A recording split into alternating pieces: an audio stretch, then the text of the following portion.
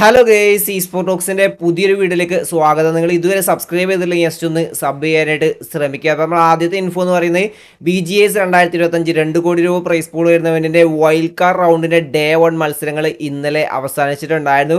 Group ബിയുടെയും group ഡിയുടെയും മത്സരങ്ങളായിരുന്നു ഉണ്ടായിരുന്നത്. നമുക്ക് മാച്ചേഴ്സ് ഡീറ്റെയിൽസിലേക്ക് നോക്കുകയാണെങ്കിൽ മാച്ച് 1 തന്നെ നമ്മളെ മല്ലു ഓർഗയുള്ള നോണക്സിൻ്റെ വക ഒരു ഡോമിനേറ്റിംഗ് പെർഫോമൻസ് ആണ് നമുക്ക് കാണാനായിട്ട് സാധിച്ചിട്ടുണ്ടായിരുന്നത്. ഇവിടെ നമ്മളെ മലയാളി ലൈനപ്പായുള്ള ഇൻറ്റൻസുമായുള്ള ഒരു ഫൈറ്റ് ഉണ്ടായിരുന്നു. അതിനുശേഷം CV ആയിട്ടൊക്കെ ഫൈറ്റ് ചെയ്തുകൊണ്ട് 19 ഫിനിഷേഴ്സോട് കൂടിയുള്ള ഒരു ഡോമിനേറ്റിംഗ് ചിക്കൻ ഡിന്നറാണ് നോണക്സ് അവിടെ സ്വന്തമാക്കിയിട്ടുള്ളത്. റഷ് ബോയ് സോളോ 7 ഫിനിഷേഴ്സ് സ്വന്തമാക്കിയത്. നമ്മളെ മലയാളി പ്ലേയേഴ്സായുള്ള ഇന്ത്യൻസ് 3 പോയിൻ്റാണ് ഇവിടെ സ്വന്തമാക്കിയത്. ആൻഡ് സോളും 3 പോയിന്റ് മാത്രമേ സ്വന്തമാക്കിയുള്ളൂ. ആൻഡ് മാച്ച് 2 മിറാമറിൽ ഷാഡോ ബ്ലിറ്റ്സിൻ്റെ വക 8 ഫിനിഷേഴ്സോട് കൂടിയുള്ള ചിക്കൻ ഡിന്നർ നമുക്ക് കാണാനായിട്ട് സാധിച്ചു.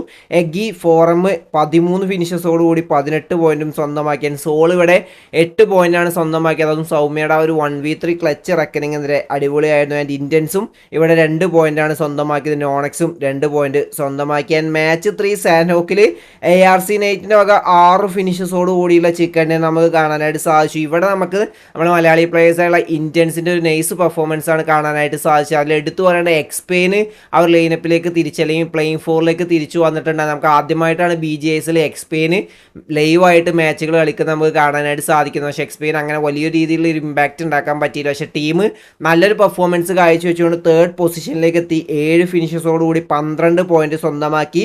ബീസ്റ്റ് സോളോ 4 ഫിനിഷ് ടീമിന് വേണ്ടിയിട്ട് സ്വന്തമാക്കിയിട്ടുണ്ടായിരുന്ന റെക്കനിങ് 11 പോയിന്റും സോളിന് ഇവിടെ 1 പോയിന്റ് മാത്രമേ സ്വന്തമാക്കാനായിട്ട് സാധിച്ചുള്ളൂ. ഒരു സാൻഡ്വിച്ച് സിറ്റുവേഷനിലെ ടീം മൊത്തത്തിൽ തീർന്നു പോവുകയാണ് ചെയ്ത്. നോണക്സിനും 1 പോയിന്റ് പോലും സ്വന്തമാക്കാനായിട്ട് സാധിച്ചില്ല.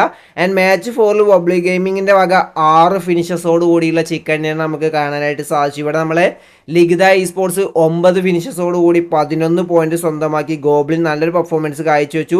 കേണയനും 10 പോയിന്റ് സ്വന്തമാക്കിയിട്ടുണ്ടായിരുന്നു. ആൻഡ് മാച്ച് 5 ഗോഡീസ് ഗിവൺ 8 ഫിനിഷസോട് കൂടി 12 പോയിന്റ് സ്വന്തമാക്കി. ആൻഡ് കേണയൻ്റെ ഒരു ഡോമിനേഷൻ നമുക്ക് ഇവിടെ കാണാനായിട്ട് സാധിച്ചു. 12 ഫിനിഷസോട് കൂടി 16 പോയിന്റാണ് അവിടെ സ്വന്തമാക്കിയത്. ലിഖിത സ്പോർട്സും 9 ഫിനിഷസോട് കൂടി 11 പോയിന്റ് സ്വന്തമാക്കി. കേണയനും ലിഖിതയും കൂടി ഫിനിഷസുകൾ വാരി കൂട്ടുകയാണ് ഓരോ മാച്ചിലും ചെയ്തിട്ടുണ്ടായിരുന്നത്.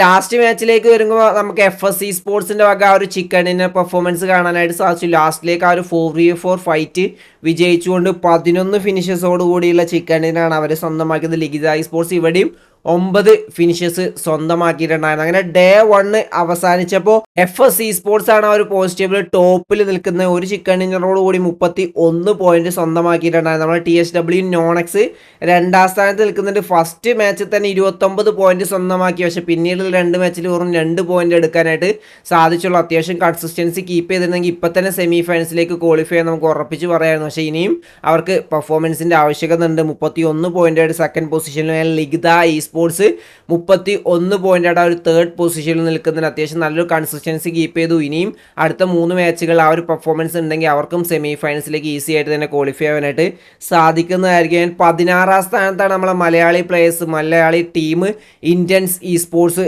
നിൽക്കുന്നത്. ഫസ്റ്റ് 2 മാച്ചുകൾ അത്ര ഒരു പെർഫോമൻസ് ഇല്ലെങ്കിലും ലാസ്റ്റ് മാച്ചിൽ ആ ഒരു കംബാക്ക് ടീം കാഴ്ചവെച്ചിട്ടുണ്ട്. അങ്ങനെ 17 പോയിന്റായിട്ട് 16ാം സ്ഥാനത്താണ് നിൽക്കുന്നത്. ഇനിയും 3 മാച്ചുകളാണ് അവരുടെ മുന്നിലുള്ളത്. ഏകദേശം ഒരു 25-30 റേഞ്ചിൽ ഇനിയും പോയിന്റ്സുകൾ 3 മാച്ചിൽ അവരെടുക്കേണ്ടതുണ്ട്. എന്നാൽ മാത്രമേ സെമി ഫൈനൽസിലേക്ക് ക്വാളിഫൈ ആവാനായിട്ട് സാധിക്കുള്ളൂ. ആ ഒരു ലെവലിൽ തന്നെ വരുന്ന 3 മാച്ചുകൾ അവർ കളിക്കുന്നു പ്രതീക്ഷിക്കാം. ഇനി നാളെയോ മറ്റന്നാളെയോ ആയിരിക്കും ഇന്ത്യൻസിൻ്റെ ബാക്കി മാച്ചുകൾ വരുന്നത്. എന്തായാലും ഇപ്പോൾ കറന്റ് 16ാം സ്ഥാനത്ത് നിൽക്കുന്നുണ്ട്. നല്ലൊരു പെർഫോമൻസ് വരുന്ന ദിവസങ്ങൾ അവർ കാഴ്ചവെക്കുന്നു നമുക്ക് പ്രതീക്ഷ. ആൻഡ് സോള് 25ാം സ്ഥാനത്താണ് നിൽക്കുന്നത്. വെറും 11 പോയിന്റുമായിട്ട്. ക്വാർട്ടർ ഫൈനൽസിലും ഇതേ അവസ്ഥയായിരുന്നു. ഫസ്റ്റ് 3 മാച്ചിൽ അവർക്ക് പെർഫോം ചെയ്യാനായിട്ട് സാധിച്ചില്ല. അതേ ഒരു അവസ്ഥയാണ് നമുക്കിപ്പോൾ വൈൽഡ് കാർഡിലും കാണാനായിട്ട് സാധിക്കുന്നത്. നമ്മൾ കണ്ട സോളല്ല നമുക്കിപ്പോൾ കാണാനായിട്ട് സാധിക്കുന്നത്. പെർഫോമൻസിൽ ഭയങ്കര ഡൗൺഫാൾ നമുക്ക് കാണാനായിട്ട് സാധിച്ചിട്ടുണ്ട്. കറൻ്റ് 2 റൗണ്ടും നോക്കുകയാണെങ്കിൽ. പക്ഷേ എപ്പോഴും കംബാക്ക് നടത്താറുണ്ട്.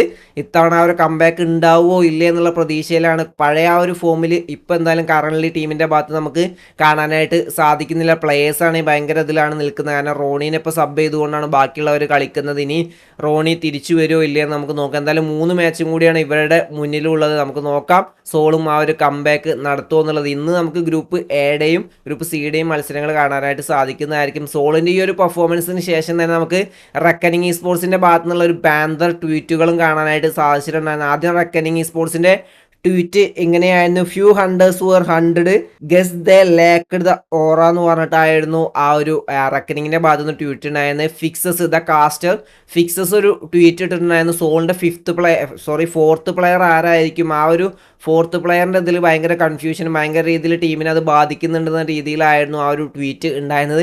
അതിൽ നമുക്ക് റെക്കണിങ് സ്പോർട്സിൻ്റെ ഓണറിൻ്റെ വക ഒരു റീപ്ലൈ കാണാനായിട്ട് സാധിച്ചിട്ടുണ്ടായിരുന്നു. ഞങ്ങളുടെ പ്ലെയറിനെ ഞങ്ങൾ എന്തായാലും തന്നിട്ടുണ്ടല്ലോ, ഇനി നിങ്ങൾക്ക് എന്താണ് വേണ്ടത് എന്നുള്ള രീതിയിൽ. കാരണം ഹണ്ടേഴ്സിൻ്റെ ആ ഒരു ട്രാൻസ്ഫർ ഇഷ്യൂവിൽ ഭയങ്കര പ്രശ്നങ്ങൾ നടന്നിട്ട് നിങ്ങൾ അറിഞ്ഞിട്ടുണ്ടാകും, നമ്മൾ വീഡിയോ റെഗുലറായിട്ട് കാണുന്നവർ അത് അറിഞ്ഞിട്ടുണ്ടാകും. അതിനെ ട്രോളുന്ന രീതിയിലാണ് ആ ഒരു ഓണറിൻ്റെ ട്വീറ്റും ഉണ്ടായിട്ടുണ്ടായിരുന്നത്. എന്തായാലും സോളിന് നല്ലൊരു കംബാക്കിൻ്റെ ആവശ്യകത ഉണ്ട്. സോളൊറ്റ ക്വാളിഫൈ ആയിട്ടില്ലെങ്കിൽ അത് വൻ രീതിയിലായിരിക്കും സോളിനെ അത് ബാധിക്കാനായിട്ട് പോകുന്നത്. ടീമിൽ വലിയ ചേഞ്ചസ് തന്നെ ചിലപ്പോൾ വന്നേക്കാം. എന്തായാലും നമുക്കത് വരുന്ന ദിവസങ്ങളിൽ അറിയാനായിട്ട് സാധിക്കുന്നതായിരിക്കും. എന്തായാലും ഇന്ന് നമുക്ക് ബാക്കിയുള്ള മാച്ചുകൾ കാണാം. ഇന്നത്തെ വീഡിയോ ഇഷ്ടപ്പെട്ട ലൈക്ക് അടിക്കാൻ, നിങ്ങൾ അപ്പോൾ കമൻറ്റായി രേഖപ്പെടുത്തുക. അടുത്ത വീഡിയോസ് വരുന്നവരെ ബൈ ഗൈസ്.